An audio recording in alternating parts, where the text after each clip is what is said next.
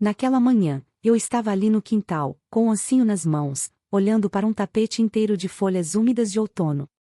Elas estavam por toda parte, marrons, amarelas, pesadas de orvalho. Eu me lembro de pensar como o mundo estava quieto, aquele silêncio que só aparece pouco antes de alguma coisa mudar de vez. E então eu ouvi a voz dela atrás de mim. Suave. Quase frágil. Não limpe as folhas hoje, disse a velha senhora. Eu me virei, confusa. Ela estava ali perto da cerca, com um casaco fino demais para o frio, mas os olhos dela eram afiados demais para alguém da idade dela. Se você fizer isso, ela continuou, vai se arrepender antes mesmo do sol nascer de novo. Eu sorri educadamente. Até agradeci. Mas, lá no fundo do coração, descartei aquilo como o aviso esquisito de alguém que viveu tempo demais só com lembranças. Na madrugada seguinte, eu entendi exatamente por que ela tinha me avisado. E aí, já era tarde demais. Se histórias assim mexem com você, histórias sobre família, escolhas, e aqueles momentos silenciosos que mudam nossas vidas para sempre, então eu espero que você fique comigo. E se você deseja dias mais calmos e noites mais sábias, considere se inscrever, para a gente poder dividir mais histórias como essa juntos. Meu nome é Solveig. Eu tenho 44 anos. E essa é a minha história. Eu aprendi, com o passar dos anos, que a vida não te quebra com barulhos altos. Ela faz isso baixinho. Com pequenos momentos que a gente acha que não importam.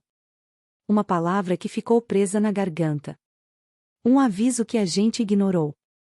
Uma escolha feita quando a gente tá cansado demais para pensar direito.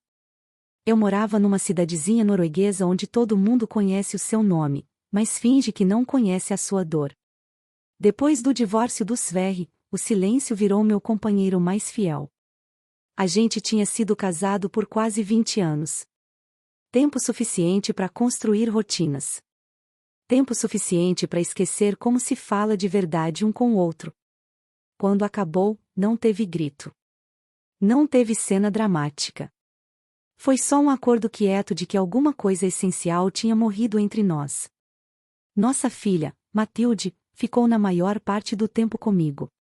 Ela tinha 19 anos na época, velha o suficiente para ver as rachaduras, jovem demais para não se culpar por elas. Eu tentei protegê-la da amargura, mas as crianças sempre sentem muito mais do que a gente imagina. Do lado ficava a Signe. Ela morava ali há mais tempo do que qualquer um conseguia lembrar. Diziam que ela tinha sobrevivido a 2 maridos e a um filho. Uns a chamavam de estranha. Outros, de sábia. Eu sempre achei que ela era só, solitária. A gente trocava poucas palavras, cumprimentos curtos, sorrisos educados. Nada além disso. Aquele outono tinha sido pesado demais. As folhas caíam mais rápido do que eu conseguia juntar. As noites ficavam mais frias e meu sono, mais leve. Eu acordava antes do amanhecer, ouvindo a casa se acomodar, sentindo o peso dos pensamentos que eu já não conseguia empurrar para longe. O Sverre tinha começado a aparecer de novo. Não para se reconciliar, ele dizia. Só para conversar. Só para ver como a Matilde estava. Ele tinha esse jeito de ficar na minha porta como se ainda pertencesse ali. E talvez uma parte de mim ainda deixasse. Tinha também a Kristin. Eu conhecia o nome dela muito antes de conhecer o rosto. Era a mulher com quem o Sverre tinha se aproximado no final do nosso casamento. Ele jurava que nada tinha acontecido naquela época. Eu nunca acreditei de verdade. Algumas verdades não precisam de prova. A gente sente elas nos ossos. Naquela manhã das folhas eu estava exausta. Minha coluna doía. Meus pensamentos estavam em outro lugar. Quando a Signe me avisou, eu balancei a cabeça e, assim que ela virou as costas, voltei a juntar as folhas. Eu disse para mim mesma que não acreditava em sinais nem em presságios. Eu acreditava em esforço. Em manter tudo arrumadinho. Em controle. Ao entardecer, o quintal estava limpo. Pelado. Quase orgulhoso. Entrei, Fiz sopa e esperei a Matilde chegar. Ela estava atrasada. De novo. Quando ela finalmente apareceu, os olhos estavam vermelhos. Disse que tinha estado com amigos. Eu não insisti. Nessa idade, a gente aprende quando o silêncio é mais seguro que as perguntas. Naquela noite, o vento acordou. Ele uivava pelas árvores peladas como se estivesse procurando algo que tinha sido roubado. Eu fiquei deitada na cama, olhando pro teto, pensando nas palavras da Signe. Não limpe as folhas hoje. Quase ri de mim mesma por lembrar daquilo. Perto do amanhecer, uma batida quebrou o silêncio. Não era batida educada. Nem de vizinho. Era seca. Urgente. Daquelas que fazem o coração pular antes mesmo dos pés tocarem o chão. Quando abri a porta, lá estava o Per, meu vizinho do outro lado da rua. O rosto pálido, o vapor da respiração cortando o ar gelado. Solveig, ele disse, você precisa vir. Agora. Naquele instante, todos os avisos que eu já tinha ignorado na vida voltaram como uma enxurrada. E quando eu pisei lá fora, no chão limpo onde as folhas deveriam estar, senti um frio muito mais fundo que o do inverno. Porque algumas manhãs não começam só um dia novo. Elas começam um acerto de contas. Per não explicou nada enquanto caminhávamos. Ele só repetia, sem parar, você precisa ver com os próprios olhos, como se repetir aquelas palavras pudesse firmar suas mãos trêmulas. A estrada estava silenciosa, quieta demais para aquela hora. Nenhum carro. Nenhum pássaro. Apenas o som dos nossos passos e da minha respiração, que parecia alta demais dentro do meu peito. Paramos na beira do meu quintal. Ou do que restava dele. Durante a noite, a chuva veio, forte, impiedosa. Sem as folhas para amortecer o chão, o solo cedeu. Parte do declive perto da velha cerca desmoronou, deslizando em direção ao estreito caminho atrás da casa. E ali, meio escondido na lama, estava algo que fez minhas pernas fraquejarem. Uma caixa de madeira. Não era madeira nova. Velha. Escurecida pelo tempo e pela umidade. Daquelas coisas que você não espera encontrar, a menos que esteja procurando o passado. Per se agachou e afastou um pouco da terra. Estava enterrada rasa, disse ele. Se as folhas ainda estivessem aqui, isso talvez nunca tivesse vindo à tona. As palavras de Signe ecoaram na minha mente como um sino que não para de tocar. Dentro da caixa havia papéis. Cartas. Dobradas com cuidado, amarradas com uma fita desbotada. E embaixo delas, um pequeno objeto de metal que captou a primeira luz pálida da manhã. Um anel. Simples. Gastinho pelo uso de tantos anos. Eu conhecia aquele anel. Eu já o tinha visto antes, há muito tempo, na mão de Ingrid, a mãe de Sverre. Ela costumava girá-lo quando estava nervosa, o polegar dando voltas e mais voltas. Depois que ela morreu, Sverre me disse que o anel tinha se perdido. Minhas mãos tremiam enquanto eu pegava as cartas. A letra, no começo, era desconhecida, depois, dolorosamente familiar. De Ingrid. Caprichada. Controlada. Cheia de medo. Per pigarreou. Talvez você queira se sentar. Eu não quis. Fiquei ali, em pé, lendo palavras que nunca foram destinadas a mim. Confissões escritas nas horas silenciosas do remorso. Sobre dinheiro escondido. Sobre limites de terra alterados discretamente décadas atrás. Sobre uma decisão que custou tudo a outra pessoa. Uma das cartas mencionava um nome que eu não ouvia há anos. Um homem da cidade que desapareceu depois de uma disputa amarga com a família de Sverre. Diziam que ele tinha se mudado. As pessoas dizem muita coisa quando a verdade é desconfortável demais. Meu estômago gelou. Eu entendi, naquele momento, que essa terra, a minha terra, foi construída em cima da perda de outra pessoa. E que Sverre sabia. Talvez não todos os detalhes. Mas o suficiente. Quando entrei em casa, Matilde estava acordada, sentada à mesa com o celular nas mãos. Ela levantou os olhos para o meu rosto e imediatamente se pôs de pé. O que aconteceu? Eu não respondi de imediato. Coloquei a caixa entre nós. Devagar. Com cuidado. Como se pudesse explodir. Ela leu uma carta. Depois outra. A cor sumiu do rosto dela. O papai sabia, sussurrou. Não era uma pergunta.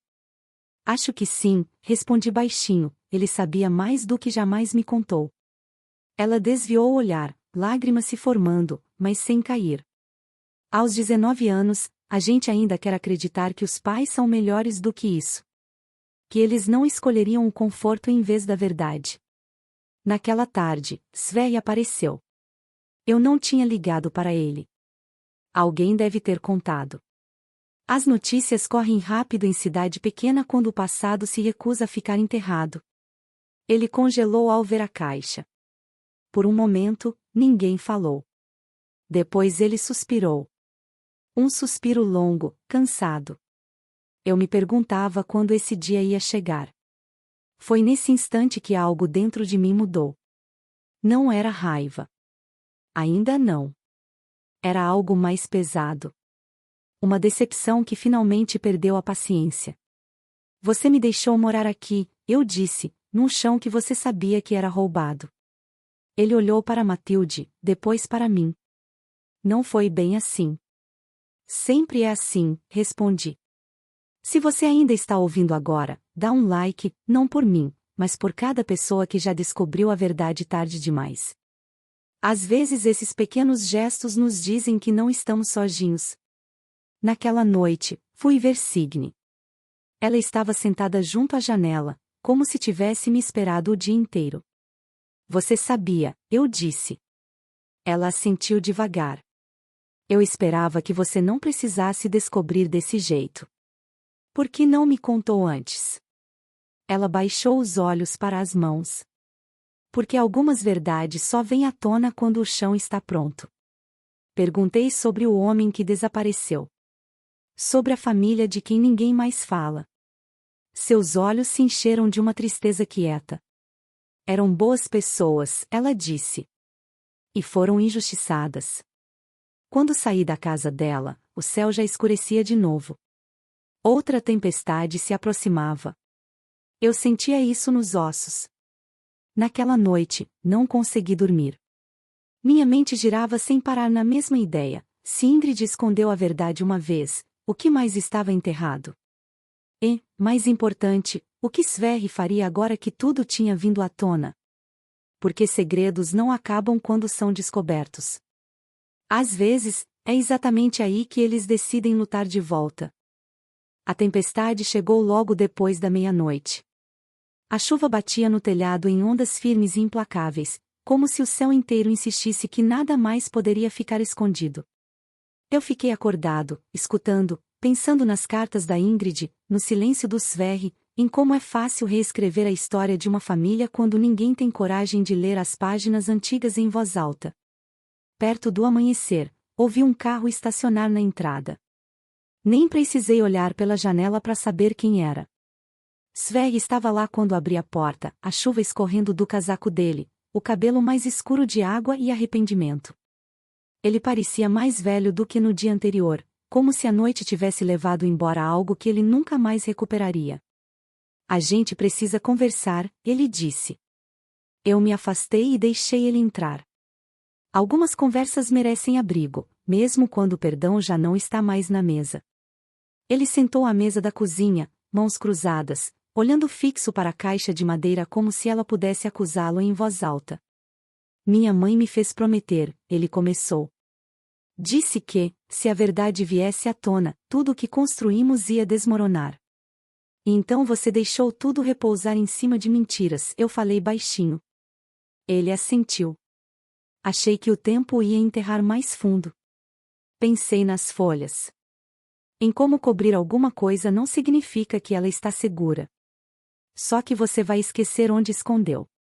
O que acontece agora? Ele perguntou. Essa era a pergunta, não é? Não o que ele tinha feito. Nem o que a Ingrid tinha feito. Mas o que eu faria com a verdade agora nas minhas mãos? Pela manhã, a notícia já tinha se espalhado. A família que tinha sido prejudicada, descendentes agora morando em 2 cidades dali, foi contatada.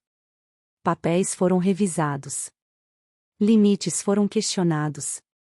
Tudo se movia devagar, com cuidado, do jeito que a justiça costuma fazer quando finalmente acorda. Matilde observava tudo se desenrolar com olhos quietos. Uma noite, ela veio até mim e disse: "Eu não quero herdar esse tipo de silêncio." As palavras dela se alojaram fundo no meu peito. Encontrei Signe uma última vez perto da cerca.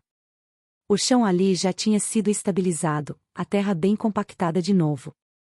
Ela deu um sorriso fraco. "Você lidou com isso com dignidade", ela disse. "Eu não me senti digno", respondi. "Me senti cansado." Ela assentiu. É assim que a verdade geralmente nos deixa. A decisão veio até mim não num momento de raiva, mas num momento de calma. Eu concordei em devolver a porção de terra que tinha sido tomada. Não porque a lei exigisse, embora ela acabasse exigindo, mas porque meu coração não conseguia descansar sabendo que eu tinha se beneficiado da perda de outra família. Sverre não discutiu. Pela primeira vez em anos, ele simplesmente aceitou o preço das suas escolhas. Christian ligou uma vez. Disse que a situação era infeliz. Que ia complicar as coisas. Percebi então o quanto a opinião dela não importava mais para mim. Algumas vozes perdem a força quando a gente para de precisar da aprovação delas. Na manhã em que o acordo foi finalizado, saí para o quintal. As folhas tinham caído de novo. Frescas. Intocadas. Eu deixei elas onde estavam. A casa parecia diferente depois disso. Mais leve. Mais silenciosa de um jeito que não doía. Matilde ria com mais facilidade. Eu dormia a noite inteira. E quando acordava antes do amanhecer, não era mais de pavor, mas de costume. Às vezes penso na Ingrid.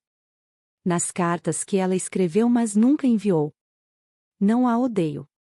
Acho que ela tinha medo. E o medo, quando não é enfrentado, pode viver mais que a gente. Se você chegou até aqui na minha história, fico imaginando o que você teria feito. Teria ficado em silêncio? Teria lutado? Me conta nos comentários. Eu leio eles mais do que você imagina.